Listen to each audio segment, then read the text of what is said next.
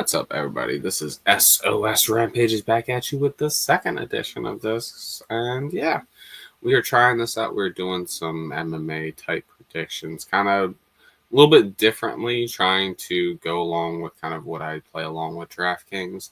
Because I know I'm not the only one that does so, but I want to give this perspective of things of the full DraftKings lineup as opposed to betting on and predicting singular fights and showing the difference that you have to put in there to put in some of these underdogs to get some of these favorites and vice versa and different things like that.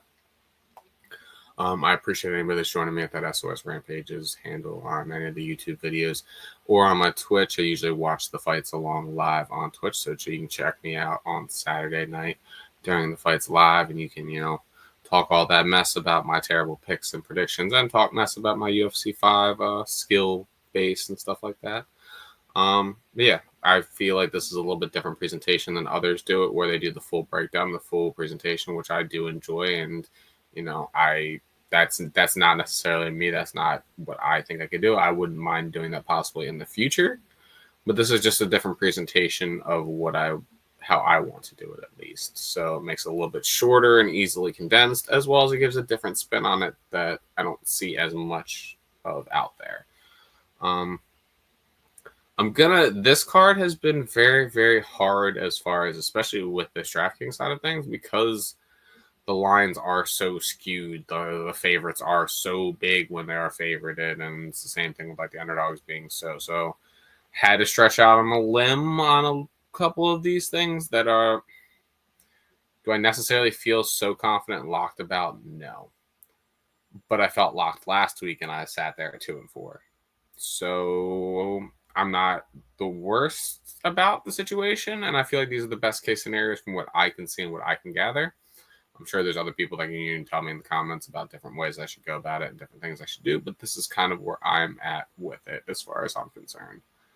So we're going to kind of start with the top down because of how this card is going, as far as like starting with the main, the biggest favorites that I have, and then going down, and then I will touch on the main two fights. I don't have any of the two title fights in there.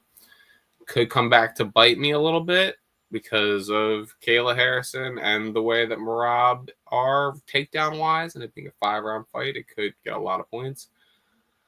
But I'm also just wary of, and I guess we'll get this out of the way to start off with, I'm wary of Sean O'Malley and Merab because I feel like Sean is a little bit more focused on this fight, so I think it could be a little bit different. Do I pick Merab to still win? Yes. But I could still see Sean finding his chin at some point during this fight. And then the Kayla Harrison and Julia Pena fight, once again, do I still go with that favorite? Do I still go with Kayla Harrison? Yes. But is it still not as big of tested, she's not as well tested in the UFC. I mean, she did beat Holly Holm and everything looked good. And I mean, Julia Pena is not necessarily the strongest opponent out there, but at the same time, she is very well proven. So we shall see how that goes. So just kind of getting those two out of the way.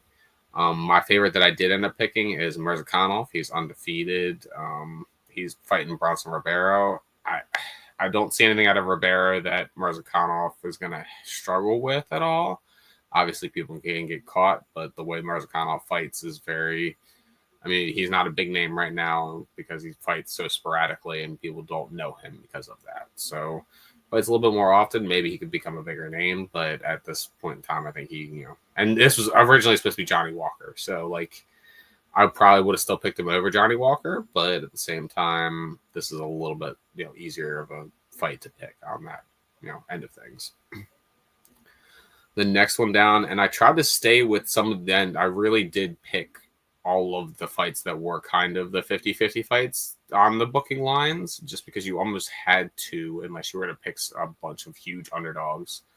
So I ended up going with Kevin Holland over Vicente Luque.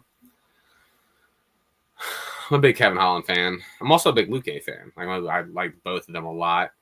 I think Kevin Holland definitely is at a much more of his prime right now. I think Luque is a little bit more on the back end of his career, but he still shows that he has that power. He does have that veteran instinct, as well as Kevin Holland can be a little bit, spacey. He can, he even said it on, when they did the face-off that he wants to go into a war.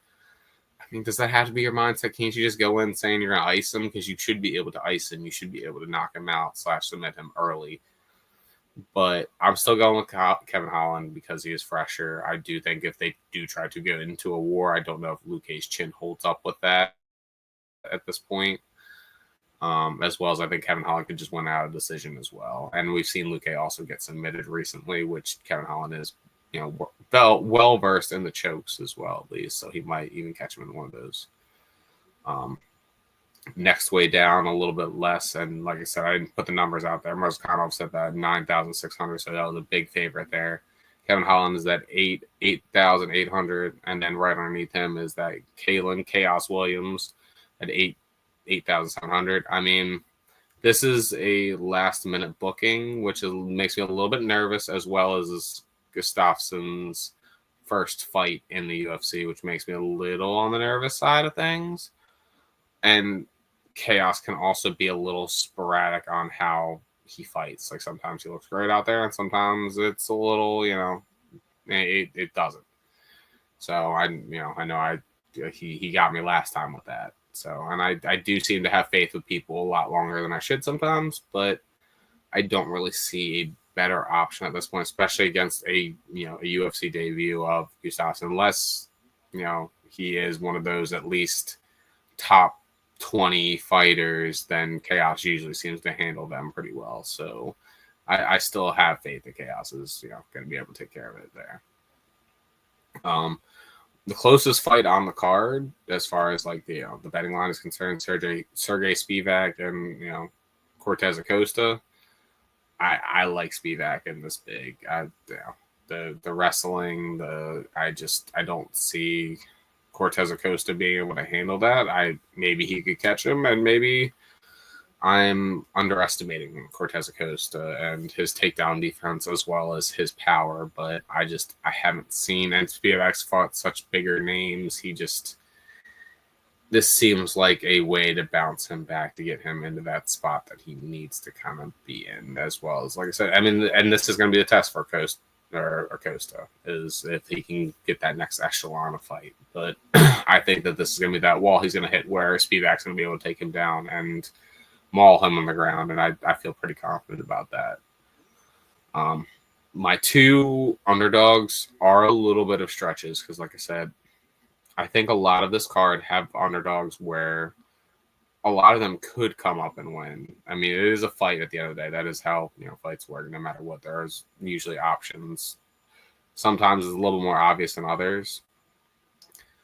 I'm a little bit more nervous about, like I said, my two underdogs in this one. At that 7,700, I'm going with Mario Batista over Patchy Mix. I'm hoping that the UFC lights are going to be a big deal for Mix. I don't think they will be.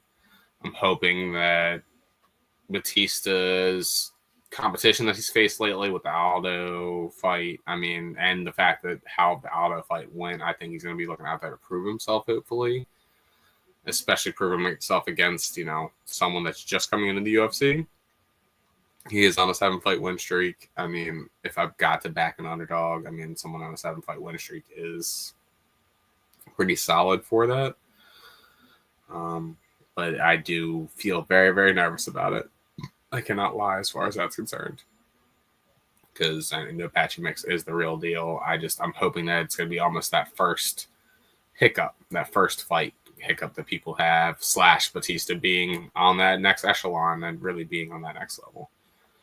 And then the one that I'm really outstretching for, but part of it is outstretching because I need to. Part of it is outstretching because I'm hoping he's not going to get finished. And I'm hoping that he's going to give him a good fight. And I could see him winning this fight. And that's Bruno Silva over Josh Van. Josh Van's a great fighter.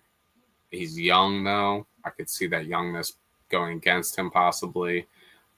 Bruno Silva, the only fight that he's lost recently, he's lost to, Kopp and Ulanbekov and Dvorak early on. And the Ulanbekov and Dvorak fights were both 5 years ago. So, he's looked really good since then. He lost to Manel Kopp. Can't really hate that. He hasn't been finished, which is a big deal. I don't want anybody not getting any points at all. So if I have to go with an underdog, that seems to be the safest bet, at least for me right now. Like I said, there are other options out there that I could see coming through, but that is the one that I feel the safest with right now. But let me know what you think in the comments. Let me know how bad you think my picks are. I mean, like I said, 2-4 last week. I can be honest and transparent, and that's part of the process too. Is I want to be honest and transparent and see how that goes, and see keeping track of all these things and all that stuff, and see how it works. And yeah, check me out at that SOS Rampages handle on the YouTube side of things. We're talking about the Ultimate Fighter currently going on right now, as well as some pro wrestling if you're into that, as well as some gaming, some UFC 5 content, the career of Doe's life. We are still, I believe, we're running 16-0 over there, so we are running that light heavyweight boxer over there. We're also doing stuff live on Twitch. Like I said, we will be live for the UFC fights. So if you want to come watch along, you want to come, just hang out, you want to, talk some mess about my picks once again, I'm very open to, how I am with this. I want to, have fun with it. And I also want to be honest with, it's MMA as much as you feel like you can study up and know. And that's also part of me locking in these picks is because I will sit there on my DraftKings and I will flip flop and fly and mess around with stuff. But if I put it out there I vocalize, I put it on a video, that's my lock. Those are my picks in there that I'm not going to mess with. And yeah, unless obviously if fights get canceled last minute or I need to make adjustments there, like that I'll do. But otherwise, keeps me stuck on that, so I'm not over analyzing because I feel like as MMA fans we can do that, and I've definitely had times where I've over analyzed, and if I just went with my initial gut feeling, it would have worked out. But yeah, appreciate y'all, and I will catch y'all next week or on the next episode or on the next video that you watch. So enjoy the fights this weekend because they definitely will be bangers. It will be a fun time no matter what.